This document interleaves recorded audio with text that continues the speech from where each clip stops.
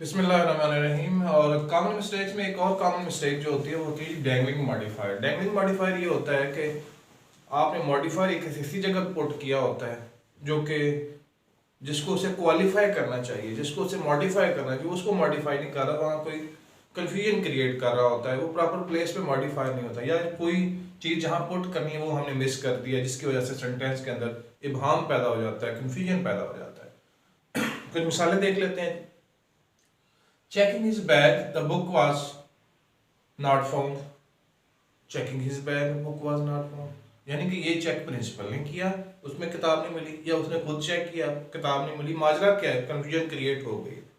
तो लिहाजा आप यहाँ पे देख लें कि हमने जो प्रॉपर तरीके से दूसरे सेंटेंस को मॉडिफाई नहीं किया। इस सेंटेंस में कुछ मॉडिफिकेशन जो है हमने डैंगलिंग की है, यानी कि प्रॉपर नहीं की।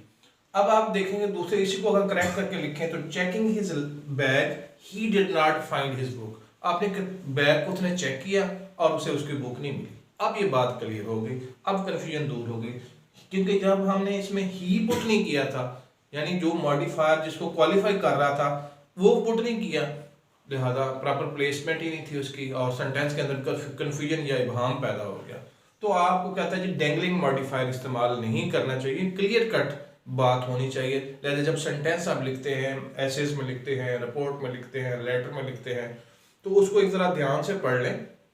फर्स्ट ईयर सेकंड ईयर के हवाले से, 9th-10th के हवाले से बात कर रहा हूँ कि उसके अंदर कोई इस तरह का इबहाम तो पैदा नहीं होता, क्लैरिटी तो नहीं कहीं नीडेड। कहाँ क्लैरिटी नीडेड है तो सेंटेंस को चेंज कर दिए, उसको इस तरीके से बना दिए कि पढ़ने वाले को साफ साफ आपकी बात समझ में आए कि आप कहना क्या चाहते हैं। अक्सर व बेशतर उन बातों का मफहूम हमारी L1 के स्ट्रक्चर के मुताबिक तो ठीक होता है, लेकिन इंग्लिश के स्ट्रक्चर के मुताबिक ठीक नहीं होता। हम बेसिकली उसी चीज़ को एग्जैक्टली जो है वो उसका रिप्लिका दे रहे होते हैं टारगेट लैंग्वेज में, लेकिन टारगेट लैंग्वेज में उससे कुछ उसूल और होते हैं, उनको हमें फॉलो करना है। दूसरी एग्जाम्पल आप देखें, after breaking her leg it was hard to walk, यानी उसकी टांग टूटने के बाद ये बहुत मुश्किल था कि वॉक करना। यानी हमने एक तो मफहूम इसका ये है कि जब हमने उसकी टांग तोड़ दी तो हम भी नहीं चल सकते थे, यानी हमें बड़ा दुख हुआ टांग क्यों तोड़ दी उसकी, ठीक है ना।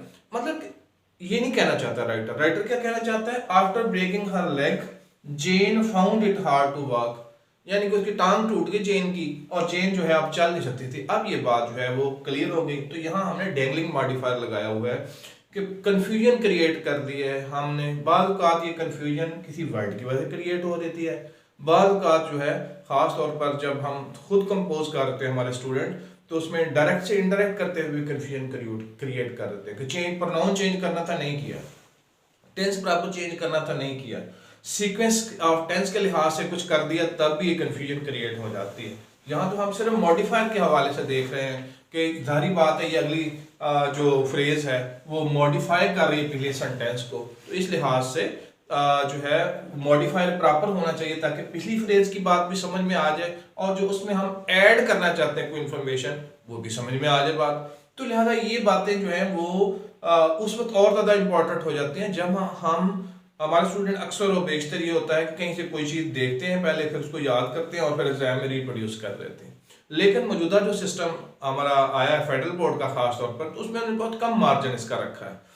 अमूमन जनरल क्वेश्चन दिए जाते हैं, अमूमन ये देखा जाता है कि स्टूडेंट की जनरल एबिलिटी की as far as paper of English is concern, तो उसमें तो यही देख करना है कि आप सारी चीज़ों की बुनियाद यानी जो बेसिक रूल है वो आपको समझ आने चाहिए, उसके मुताबिक आपने चलना है, ठीक है जी बात। तो लिहाजा आपने कोशिश ये करनी कि जो फ्रेज आपने मॉडिफायर के तौर पर लगाई है वो डैंगलिंग नहीं होनी चाहिए, वो क्लियर कट होनी चाहिए। जैसे आप देखते हैं कि एक मैंने डैंगलिंग लिखी है, घर में कंफ्यूजिंग था, दूसरे में क्लैरिटी दे दी है कि इसको इस तरह क्लियर किया जा सकता है, फिर ये दिया कि ये कंफ्यूजन है और फिर कहा इसको क्लियर इस तरह किया जा सकता है। तो इस तरीके से अपनी आपकी जो राइटिंग्स हैं वो ऐसे राइटिंग है, लेटर राइटिंग है, रिपोर्ट राइटिंग है, या जो कुछ भी आप लिखते हैं उसमें आपकी लिखी हुई तहरीर जो है वो इंतहाई क्लियर होनी चाहिए और उसमें पढ़ने वाले को कोई कंफ्यूजन नहीं होनी चाहिए। Thank you.